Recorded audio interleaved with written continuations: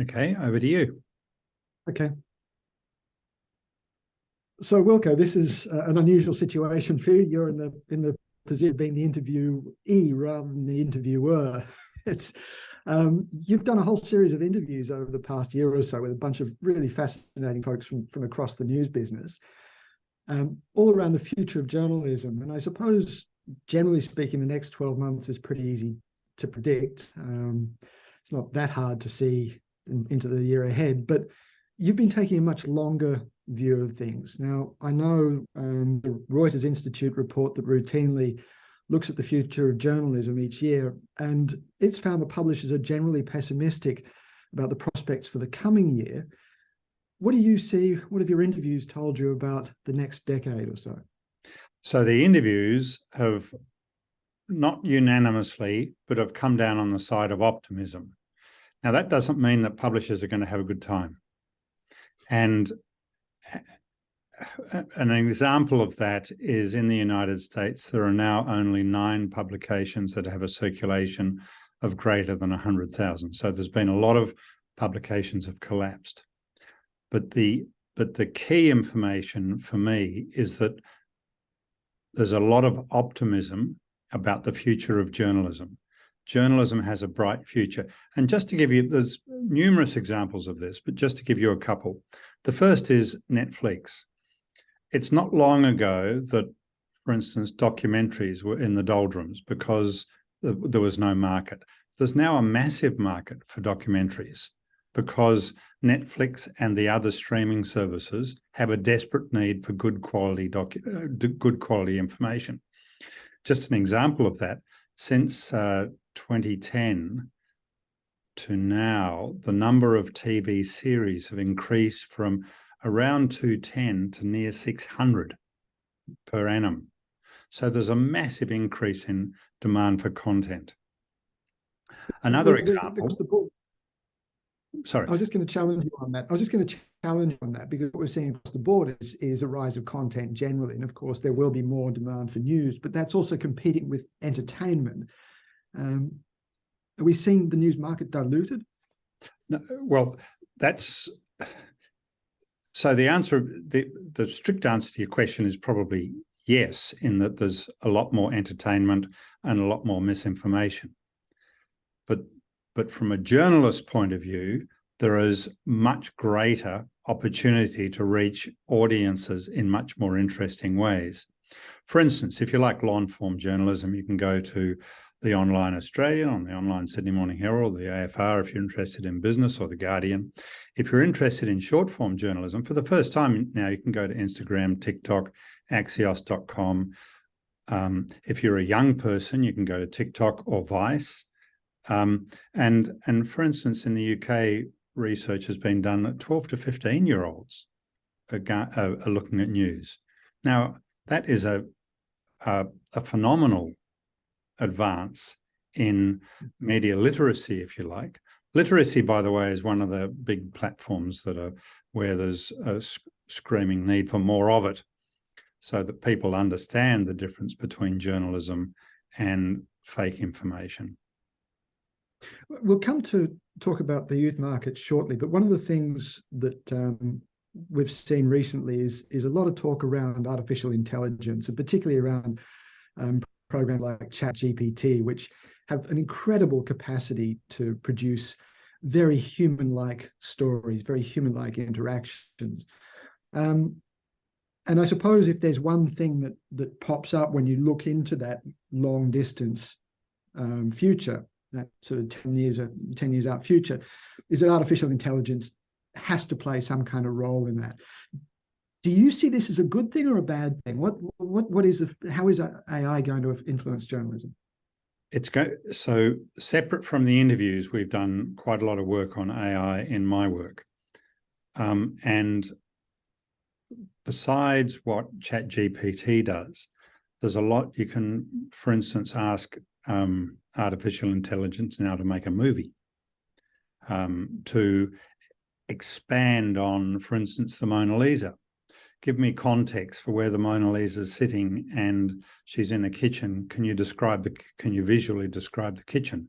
can do that kind of stuff, really, really phenomenal stuff. Now, that is going to really be challenging for the bottom end of journalism, for the lazy end of journalism.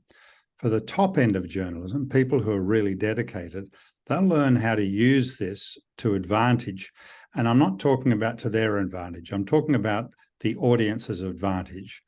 The key issue with journalism, as you know, Peter, is the public's right to know. So there's going to be much greater access to a journalist to scoop information, not just written, but audio and visual, to scoop information from the internet and present it to an audience in a way that is, one, accurate, and two, interesting. But there's also a problem of an erosion of audience trust, particularly as we see things like deep fakes.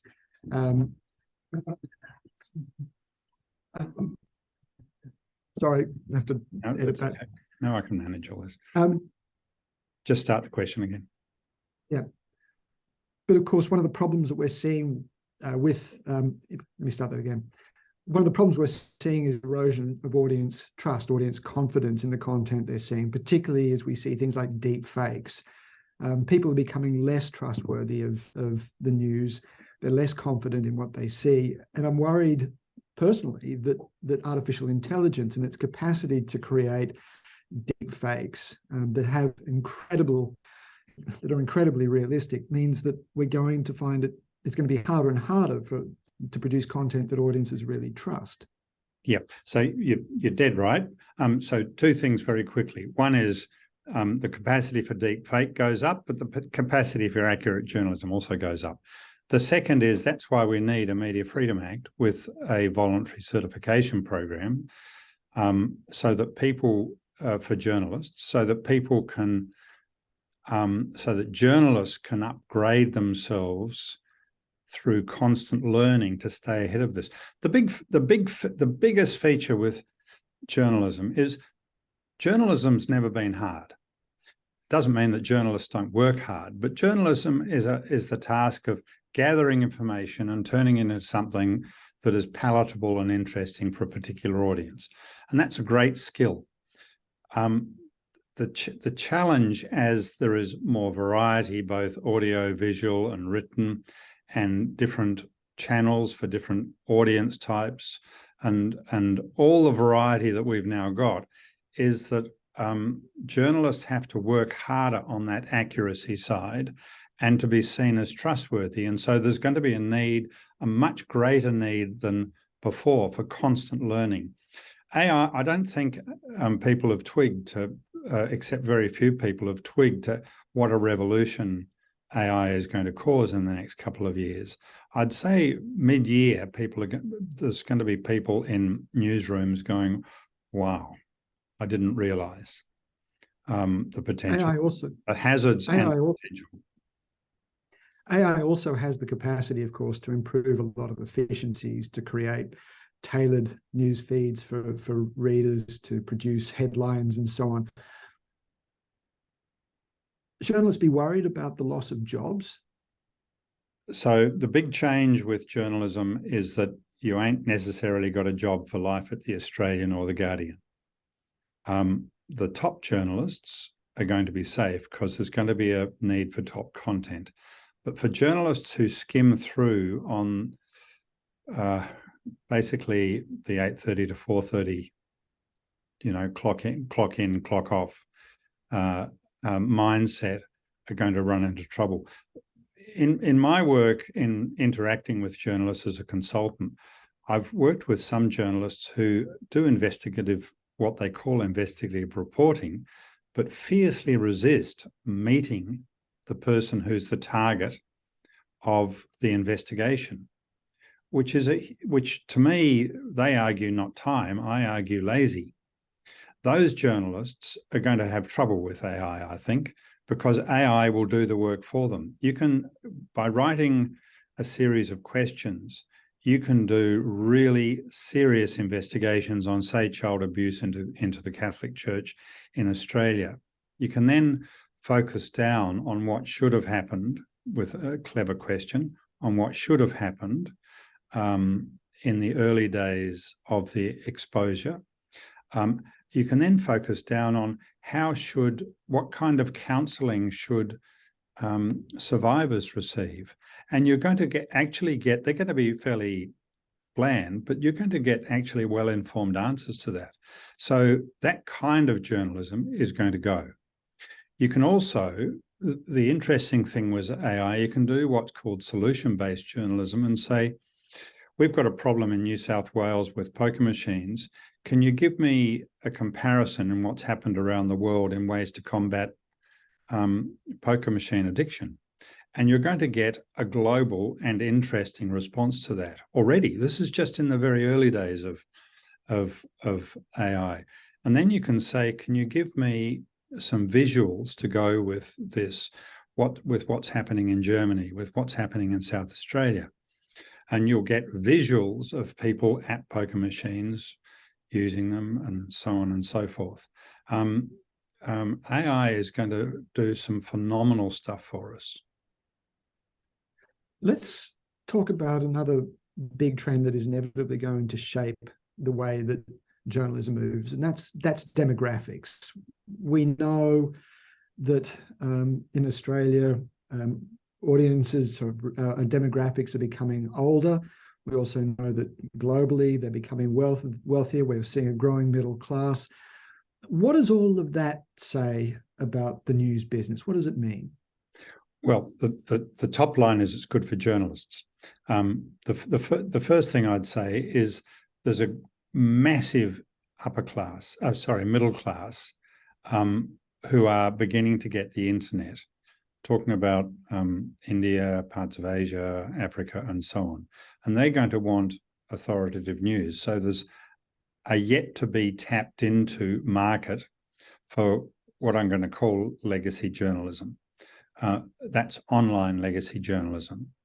But the second is there's a massive youth audience now that are watching news that before there was TikTok and Instagram and the other channels, there wasn't a market for them because all the news was written for old people, for people who are sort of 25 and above. But now we've got 12 and 15-year-olds listening to news or reading news, which is phenomenal. I know they're also reading absolute rubbish and damaging rubbish at that, which is a problem to be solved. But from a journalist point of view, there are huge opportunities. It doesn't mean, though, that journalists have got safe jobs. It means that journalists are going through there's a constant transition in journalism, as there is in other markets. You're not the first person to spot a niche with the youth market. The Australian, about a year ago, launched The Oz, which has also just closed down. We've seen other news organisations have a crack at it. No one's really seems to have nailed the youth market because of, well, for a whole bunch of reasons, I guess, and not least of it, the competition that we see from other applications like TikTok. It's useful for delivering some news, but overall, nobody seems to have been able to work out how to make a real business out of it.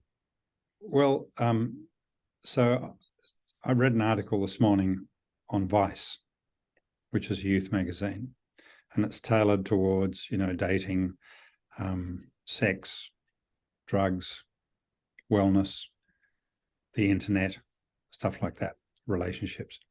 And that, from what they say, Vice is doing well. You're right with the Australians' version of the youth, but I've got to say, as a reader, I could never make the damn thing work. The links wouldn't work. It was just really irritating. So I'm not surprised it closed down because they had to either fix it or close it down.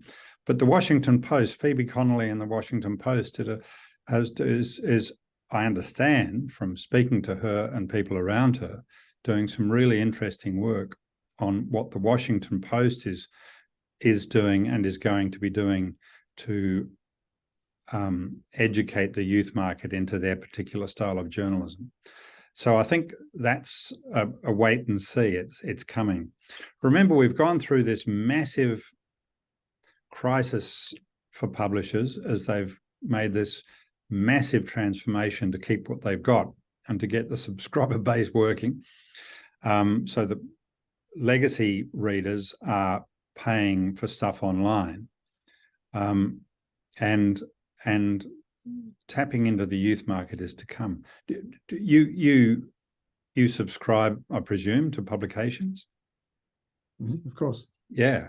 So I subscribe to a whole bunch of them so that I can, partly for professional reasons, so I know a bit about what I'm talking about in the conversations like this. But also, being a former journalist, I'm fascinated in storytelling.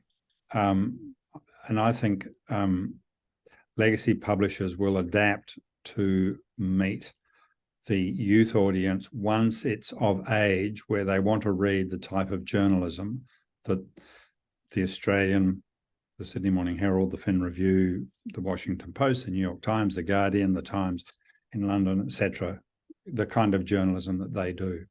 If you want 12 to 15 or 15 to 24-year-olds to be reading adult news, that's a different ask. And that has to do with a much more complex thing to do with media literacy and the importance of constant learning and so on, which has more to do with the education process and what happens around the dining room table in people's families. Someone else you spoke to was Piers Grove from Scout Media. And the time that you spoke to him, he seemed also pretty positive, pretty upbeat about the future. He had some really interesting ideas, but his organisation is also closed. Should we read anything into that? Yep. Again, you're going to get a lot of these closures. Now, Scout closed for a variety of reasons, including to do with ill health. So there were issues there beyond journalism, as well as issues to do with journalism. We're going to get closures, and we're going to continue to get closures because, again, we're in a much more dynamic situation than we used to be. You're talking about startups. So outside of journalism, how many startups fail in, say, the tech area or the real estate area or any other area? What's the success rate? Not every niche publisher that starts up is going to turn into a unicorn. Region Media is one example of a publisher that I'm not up on the latest with Region, but they've got a really interesting model. They're based in Canberra with a new office, I think, in Wagga. And they're doing a lovely style of journalism. It's not hard-hitting, it's not investigative, but it really suits a regional market. And I hope it succeeds. But when I last spoke to them, it had all the hallmarks of success. One of the things that I've been arguing, and I think you and I have had this conversation before, but I want to revisit it, and that's the way that algorithms are designed. And I worry that algorithms are designed to support the social media companies and their shareholders. They're designed to monetize attention rather than to prioritize good public conversations, the flow of good information. Do you think that there is a need for governments to regulate the way that algorithms are working, or should we just continue with the laissez-faire approach that we've got at the moment?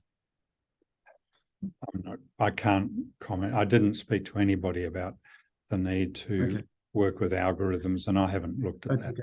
And that's above our pay grade, I think.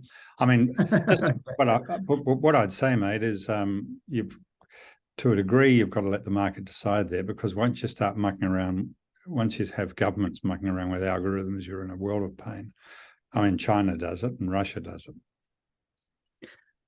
Another of the big trends of the past few decades has been around the erosion of media freedom, both here in Australia and around the world, and particularly as governments have passed increasingly draconian national security legislation. And I know a lot of people are surprised to learn that Australia is in fact the world leader when it comes to national security legislation that in a lot of ways has eroded press freedom.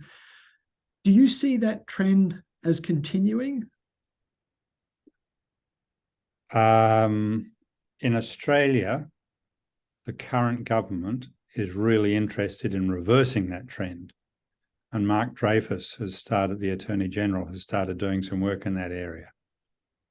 So there is an opportunity to reverse the trend for legislation that enforces security against, say, terrorism or cybersecurity, to impinge on journalist freedom. There's a trend towards putting up barriers. But again, Peter, as you know, we are working very hard on a Media Freedom Act that will actually provide a buffer up against which solicitors, journalists and solicitors, judges and legislators will have to bump up against to avoid the kind of pitfalls that create hazards for journalism. And, by the way, for whistleblowers. Of course, plenty of people will open up their phones and see the fire hose of information coming at them and say, look, the problem in Australia is that we've got too much media freedom, not too little. Yeah, so so we've got two things going here. One is journalist freedom and the other's the public's right to know. And people have huge access to information. And besides the rubbish, they've got huge access to quality information. But that's different to a journalist's right to access to information that would otherwise be shielded from the public. And I'm talking about into the corners into places where journalists need to investigate, such as corruption in politics or corruption in business. Not each one on its own of huge mass audience appeal, but each one on its own hugely important. Why should the public care? Why should the public be interested in a Media Freedom Act? So in Australia particularly, one of the irritants in Australia is we all have to vote. But what it means is we all need to be informed, at least to an extent, so that we can make up our minds instead of just being obedient lambs to the polls on polling day. And so the public's right to know is really important. Press freedom isn't about giving journalists carte blanche to create chaos or to continue what they're doing. Press freedom is about the public's right to know so that the public can be informed about what's going on in the lives around them, in their lives and in the world around them. But a Media Freedom Act isn't just about the public's right to know, is it? It's about making sure that journalists have things like access to sources and those sources are protected, that it means that journalists have the capacity to conduct good public interest journalism without undue interference from the intelligence agencies, for example. Yep, all of that's terribly important, and that is all geared towards the public's right to know. It's not just public interest journalism, by the way. It's journalism, it's business journalism. We need to know, for instance, with the Sun cable that's going to supposedly transport energy from solar energy from Central Australia into Indonesia. We need to know what's happening with Cannon Brooks and Twiggy Forest, because Australians have a particular investment in that, if not financial, at least. There's a much bigger picture to do with exporting energy there, and there are lots of Australians who need to know about that. But also, if you want to go to the other extreme, innovations in beauty products. How much is anti-aging creams a complete rip-off, and are there real innovations being made in anti-aging creams? These things are important. So yes, government, what's happening in government and is terribly important, but what's happening in the rest of the world is terribly important too, and people need to know about that. They doesn't mean they have to have it. It means they have to have access to it if they want it. The other thing that you touched on earlier was the question of public confidence in journalism itself and the idea of journalists' professional development. And you mentioned the issue of voluntary certification. I guess that's the part of this equation. Can you just expand a little bit more on why that is so crucial to the future of journalism? So the big challenge in journalism, or the big challenge for readers, is sifting rubbish and misinformation from accurate information. And journalists distinguish themselves by gathering information accurately and then accurately turning it into something that is first readable, distilling it down to something that's readable, and second, that's interesting. And that is a real skill. But there's a process to get there that involves staying current with current trends. And for instance, what's going to happen in the next 3 or 4 years with AI is going to take some significant constant learning for journalists to get across. And the way to credit people for doing that work is to give them a voluntary accreditation program if they want it. Doesn't mean that every journalist has to be accredited, but it means that some journalists will choose to be accredited. The other thing is, where you've got, if you're working at News Corp or Nine or the ABC, you are getting some kind of training on a regular basis. There are seniors who can mentor you and stuff like that.